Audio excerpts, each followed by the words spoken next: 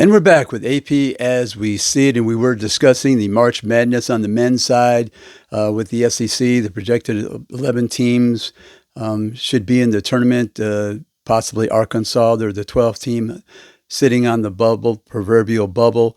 But the March Madness, just a few things about it. When you're watching your team play, you've got to wish for a few things if they have a chance to win.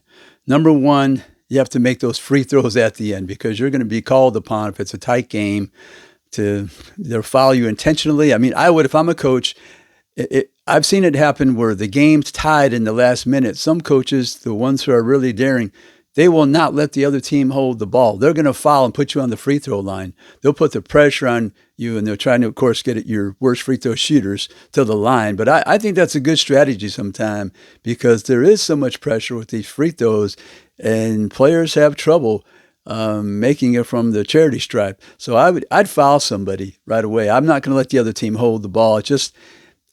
I just don't want to put it in their hands. They can get a lucky shot and beat you. I want to have another opportunity for a possession and see if we can make a 2-point shot, 3-point shot from the arc to win the game. I just don't believe in letting the other team hold the ball. I love to put somebody on the free throw line and put the pressure on them, especially if you can orchestrate it where it's the worst free throw shooter on the team. If that can happen, of course, that's involves your scouting. You have to know those things beforehand, and all coaches, they have the good assistants. They review all that information, and the coach is asking their assistants right away, okay, who should we foul? And it's right at the tip of their tongue. They have that information. It's at the top of their list, of course. But you want to make those free throws at the end. You want to have good point guard play where they're distributing ball to your best shooters. You want to play defense. Defense travels. And we know that in basketball, and I always preface my remarks by saying basketball, put the ball in the basket. That's the main goal of every team. Ball in the basket. You can't win if you have to score points to win. So you want to play good defense game in and game out, and you need that defense to move forward in the tournament. But putting the ball in the basket is important.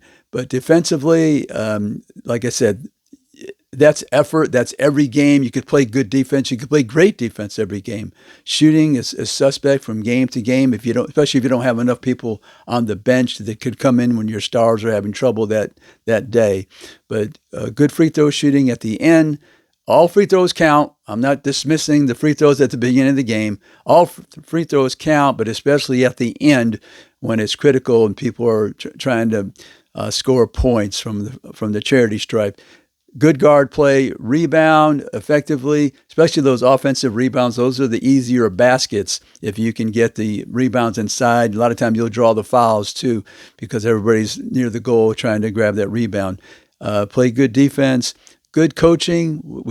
People maybe are dismissive of good coaching. You have to make the right decisions, putting in the player you think will inject some positive things for your team. That's the skill. That's an art. We know that college basketball coaching is something that's tantamount to winning a championship. If you don't have a good coach, it's hard to win a championship because the coaching staff, not only the head coach, but the assistants, they're going to be tested each game by the strategies and the schemes from the other side. So you have to recruit well. You have to scout the other team. You have to be ready to make quick decisions in basketball. You don't have time.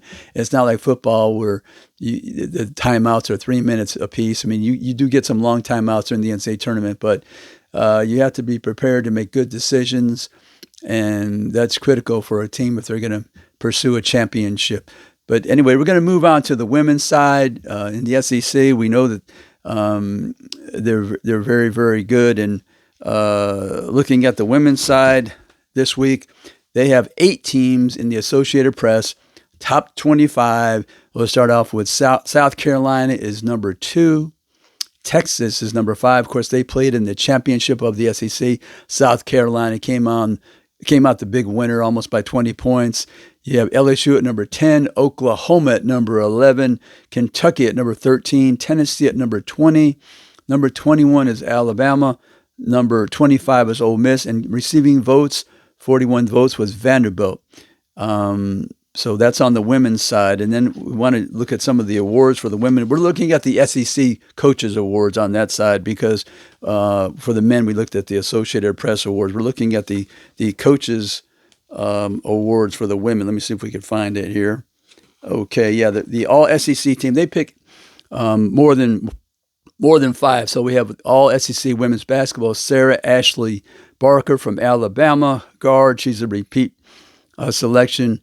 Georgia Amore from Kentucky is a guard. Flo J. Johnson from LSU guard. Anissa Morrow from LSU forward. Michaela Williams, LSU. Reagan Beers, Oklahoma center. Joyce Edwards, South Carolina forward. Madison Booker, Texas. She's a very good player. We'll mention her in a second. Michaela Blakes from Vanderbilt, the guard. She was impressive with those couple, I think it was 250-point games for Vanderbilt. She's a guard. The MVP was Madison Booker for the conference on the women's side. From Texas, the head coach of the year, also from Texas, Vic Schaefer, the newcomer of the year. Michaela Blakes out of Vanderbilt, that freshman. She's really impressive. 50 points a game. She did it twice. I mean, that was she's going to be a terrific player. She is right now making the All-SEC team on the women's side. Also on the women's side, we want to give you the projections for the NCAA basketball tournament, which I say is in the two regions, Birmingham, Alabama, and Spokane. I'll give you the seedings. We have South Carolina and Texas, both number one seeds. We have Kentucky, LSU, and Oklahoma, number 3 seeds. We have Ole Miss, number 4 seed. We have Alabama. They were trying to be in that top 16 to be a 4 seed and host a game. They haven't done it in quite a while, but they're going to be projected right now 5 seed. Could slip in there at the 4. Tennessee at a 5 seed as well. We have Vandy at number 7 seed, and we have Mississippi State at number 9. So there's 10 teams projected for the NCAA women's basketball tournament. We know that the SEC has been very good for many years on the women's side, but now the men have caught them, and let's see how long that they can stay in that top echelon of basketball leagues on the men's side. We know the women for decades upon decades, they've had champions and contenders, multiple teams in the Final Four, some at the same time, of course. So we'd like to see that on the SEC side, and that could happen this year on the men's side. We'll see what happens. But the women's basketball, it's an exciting game. I've watched it for a long time, and it's become highly skilled. They're stronger. They're faster. They can make moves as some of the men do. They can't dunk the ball as many players, of course, but it's a brand of a basketball that's pure. You have to pass and cut more, set screens, but there's still some individual skills and players that are unstoppable on different nights, as we've seen with the freshman from Vanderbilt, Michaela Blakes. But I like the women's game. I've enjoyed it through the years, and it's different than the men's, of course. The men's is more athletic. They're played above the rim. The women's game is below the rim, but there's a lot of passing, cutting, dribbling, skill involved, as there is with the men. But the women's game is slightly different. It's below the rim. So I think that you'll enjoy the women's side as well. And, of course, it's right here in the southeast in Birmingham, Alabama. If you can get there to the Magic City, I think you'll enjoy yourself. There'll be teams from all over the country, some top caliber teams, because it'll be the final 8. And they'll have a couple of teams out of that region will be in the championship game. That'll be in Tampa, Florida this year. So the men's in San Antonio, the women's in Tampa. That's a good venue. I've been there for the Southeastern Conference League tournament before in Tampa. That's a good city to travel if you're interested in following your team, or just you like women's basketball in general. So head down to Tampa to watch some women's basketball final. But one thing about this league, 2 new teams, Oklahoma and Texas on the women's side. They were brought in, and we know that they're tournament type teams. So that's 2 good additions to the SEC on the women's side. Texas, of course, they came close to winning the conference, the tournament, played in the final against South Carolina. They had the best player in the league, Madison Booker.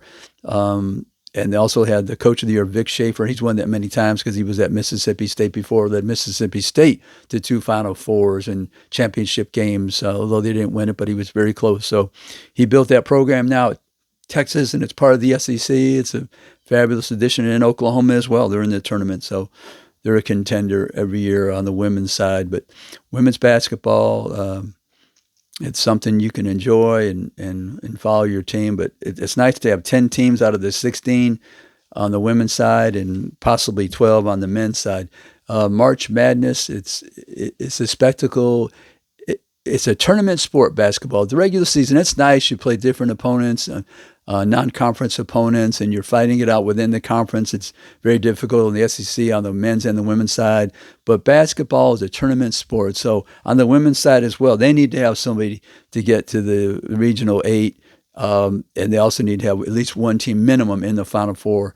But anyway, we're going to be back after these messages with AP as we see it. We're going to discuss some college football and some other topics and maybe a little bit more basketball. We'll be right back after these messages with AP as we see it.